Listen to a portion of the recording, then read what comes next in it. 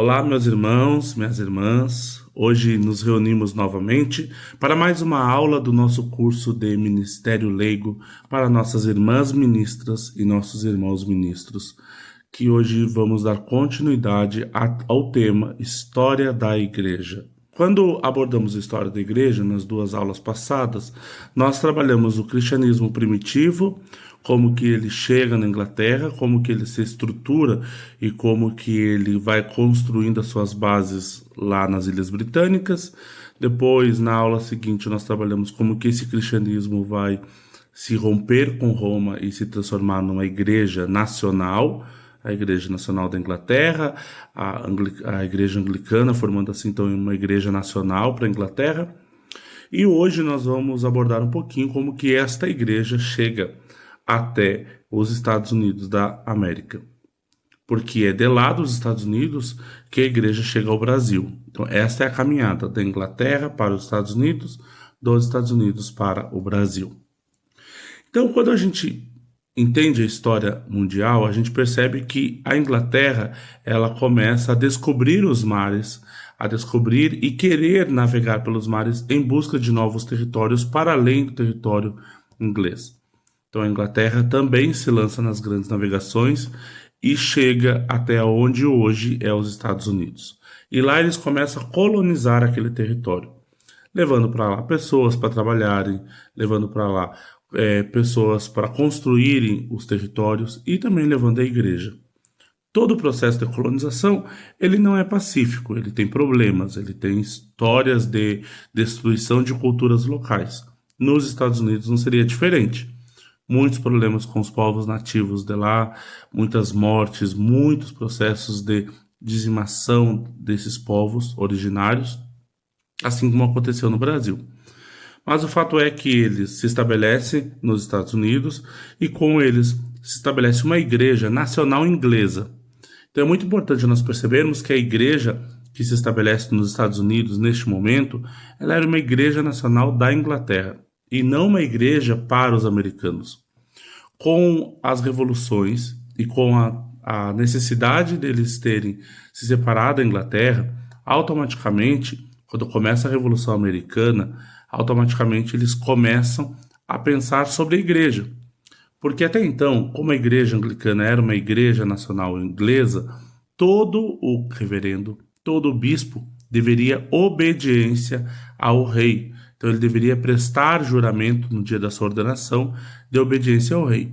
Se os Estados Unidos estavam se rompendo, estavam se separando da Inglaterra e eles não estabeleceriam uma monarquia, mas sim uma república, então não fazia mais sentido a igreja permanecer ligada à Inglaterra. Então é lógico que nesse primeiro momento, diante de muitos conflitos, diante de muitos problemas, a igreja também foi se desligando deste processo com a Inglaterra. Ao ser desligada da Inglaterra, ela precisava ter um bispo, que ainda não tinha. Em nossa tradição, na igreja anglicana, para um bispo tornar bispo, é necessário que ele seja sagrado, que ele seja ordenado por outros 3 bispos, que também cada bispo foi ordenado por outros 3. Então eles foram até a igreja da Escócia conseguir essa ordenação.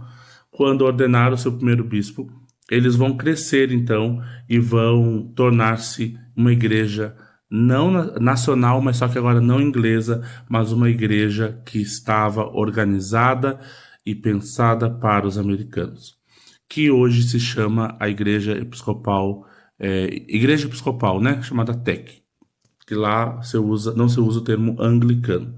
Então a igreja vai, a partir daí, construir a sua própria história, uma história voltada para as pessoas que estavam ali construindo esse território, uma história voltada para as pessoas que já estavam antes da chegada deles.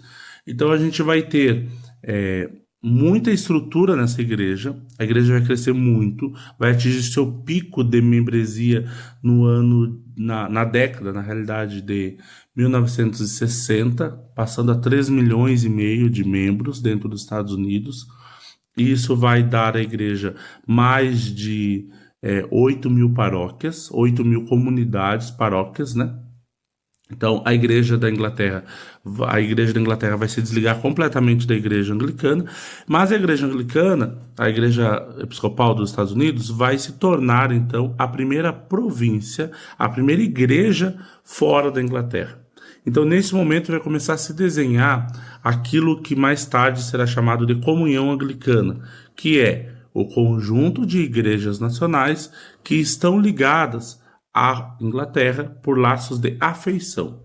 Então, a Igreja TEC, né, a chamada Igreja TEC, a Igreja Episcopal dos Estados Unidos, ela vai ser uma igreja independente da Igreja da Inglaterra, mas automaticamente ligada a ela com laços de afeição. Então, o clero e os leigos vão ter um papel muito predominante como parte dessa igreja, principalmente os leigos assumindo o papel da liderança e na administração, uma forma mais democrática na vida da igreja. E também, neste momento, a igreja vai ter uma estrutura muito própria, diferente da estrutura da igreja inglesa, que é uma estrutura mais monárquica, ou seja, ligada muito à monarquia. Então é importante nós percebermos que esta igreja americana, ela vai estar voltada às temáticas da igreja. A igreja vai ter uma temática racial, lá no século XX, final do século XIX, início do século XX, por questões que os Estados Unidos vivenciavam essas tensões raciais, principalmente na parte sul dos Estados Unidos, uma parte que era um pouco mais complicada quando se fala em questões raciais. Eles eram mais racistas, eles tinham mais segregação racial, então vai ter uma fala mais voltada para isso. A igreja da Inglaterra, a igreja dos Estados Unidos, será uma igreja mais progressista, terá a ordenação de mulheres primeiro, terá a ordenação de pessoas LGBT primeiro.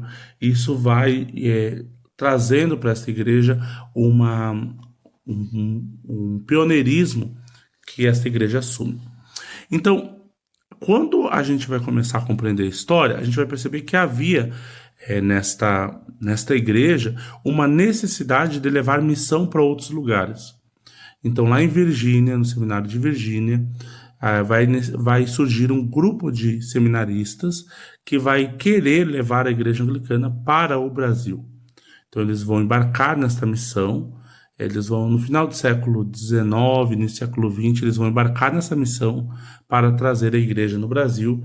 E eles virão ao Brasil e vão estabelecer a igreja há 134 anos atrás, no mês de junho.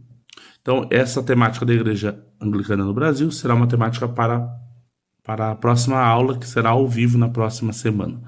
Então, é muito importante nós entendermos que quando se fala da Igreja Episcopal nos Estados Unidos, nós estamos falando de um pioneirismo que a igreja vai assumindo, de uma necessidade de falar para o seu povo, de uma necessidade de estar atento às demandas de um povo e, acima de tudo, de uma necessidade de reconhecer que a igreja, ela não precisa ser igual em todos os lugares.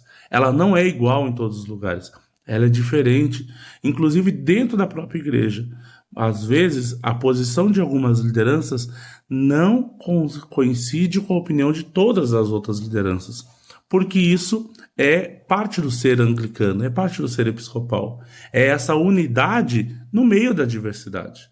Não precisamos pensar iguais, não precisamos falar a mesma coisa, não precisamos fazer as mesmas coisas, mas todos e todas somos filhos e filhas de Deus.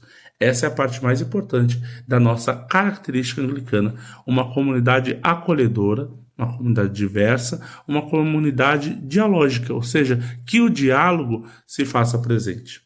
Então, agradeço você estar conosco. Programe-se que na próxima semana nós estaremos juntos na nossa aula ao vivo sobre Igreja Episcopal Anglicana do Brasil. Um excelente dia para você e para toda a sua família. Obrigado.